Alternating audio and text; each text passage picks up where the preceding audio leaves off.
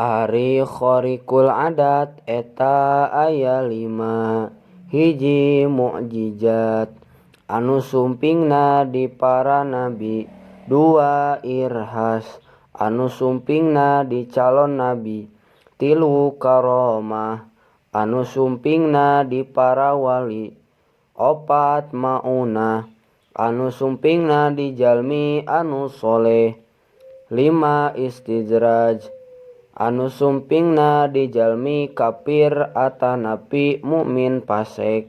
Sakumaha dina nadom. Khawariq lil adat eta aya 5 arapalkeun ku anjeun hiji-hijina.